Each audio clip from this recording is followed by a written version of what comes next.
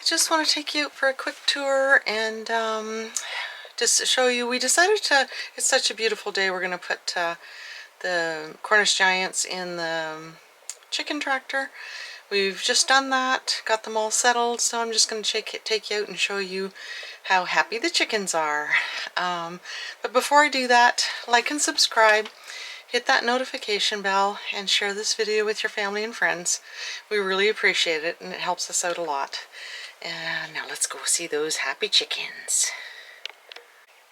So it's such a beautiful evening here. We decided to go ahead and transfer the Cornish Giants into the chicken tractor tonight. So we've got the water set up. Chris is just going to get the feed pail set up on the other chain there. And they're already happy to be in the grass. They were trying to peck at the little bit of grass through the fence over there. So now they're going to be really happy that they're actually in the grass here. I think this will be awesome for them. And we're going to put restaple that tarp, and I think put tarp on this side too. Wind is the only thing that I think we have to worry about here. Might have to put some tarp on the end too, I'm not sure. And, you know, we can pretty much drag this thing all over the place. We put wheels at both ends. Got a really heavy duty rope here to pull it in either direction. Chris put those eyelets at both sides so that we can easily pull it in either direction. So, there we go. That's done. Just gonna put the feed in here. Not that they need that much now. They're gonna fatten up real quick now.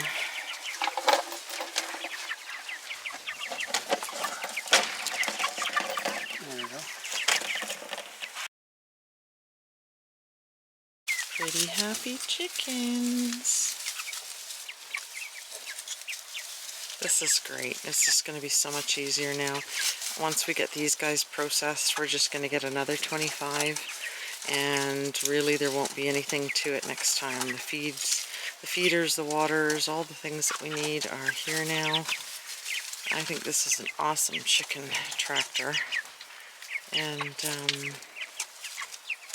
now we can just get another 25, not really have to do much work. And the laying hens, hopefully I'll have eggs in about 3 months. That would be great. I'm always buying eggs. Go through a lot of eggs.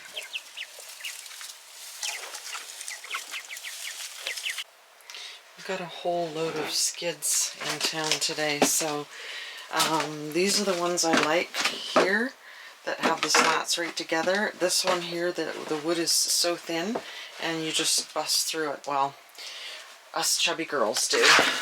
Anyway, this greenhouse is getting more and more crowded. See, that's a pepper plant and that's a pepper plant.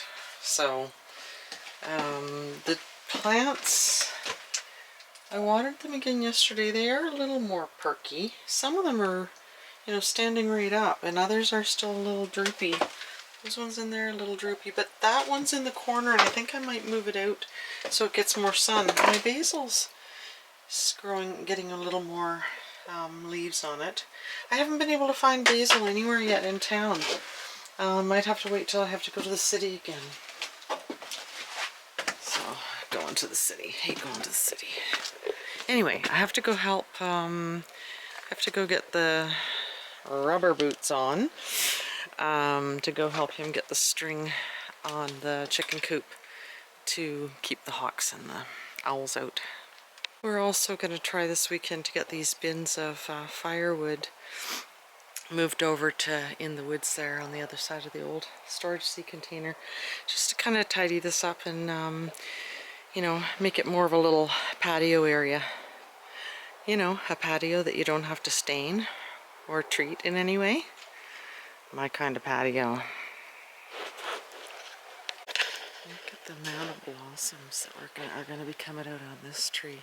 This is the honey crisp. I think we have 3 or 4 honey crisp and then one of something else. Just loaded. This one is in such good shape. Still waiting for the cherry blossoms. I hope this tree, oh no, they are starting to pop. I was gonna say, I hope this one didn't get frost and,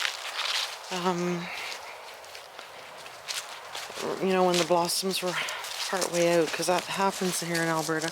You can see how these ones are starting to pop. I'm not too sure what the blossoms are gonna look like on this little guy. This is a little one, and again, sour cherries, so awesome for pie. I'm one of those people that actually thinks that the only good thing fruit is good for is turning into a pie. So we got a whole truckload of skids in town today. This is the most banged up tree, so I'm actually quite pleased. It's looking a lot better than I thought it would. You can see where so many branches, lower branches got broken off, but it's actually doing a lot better than I thought it was and was going to. And this one here too is the one that was so heavy. I'm curious to see what the blossoms are going to be like on this. And look at the difference a couple of days makes in the rhubarb. Two of them are bigger, like that one, and you can see the center of it there coming out. And then this one, but you can see there's fresh stuff coming out of the middle, and then this one has a big bulb coming out of there. So all 5 rhubarb plants survived. Very, very lucky. Like gardening in Alberta, I mean, I'm not much of a gardener and I don't have much of a green thumb. These raspberry plants, not too sure about. I just cut them off, that's what my dad said to do, but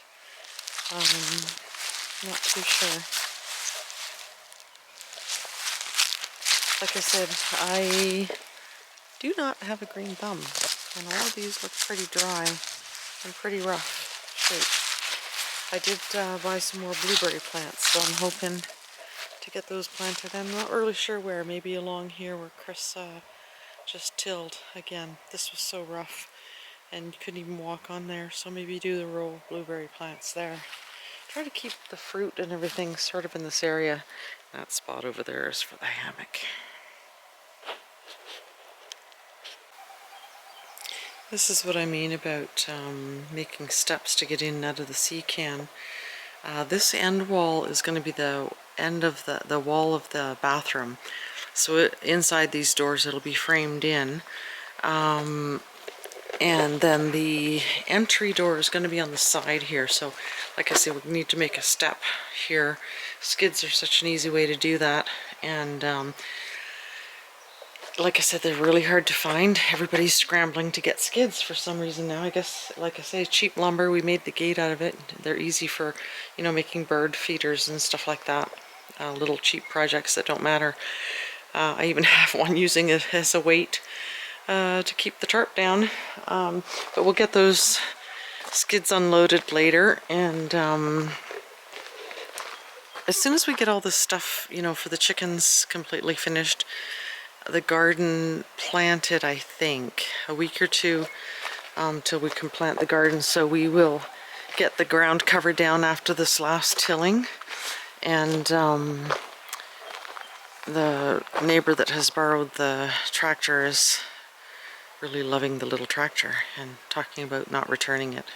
He's joking, of course.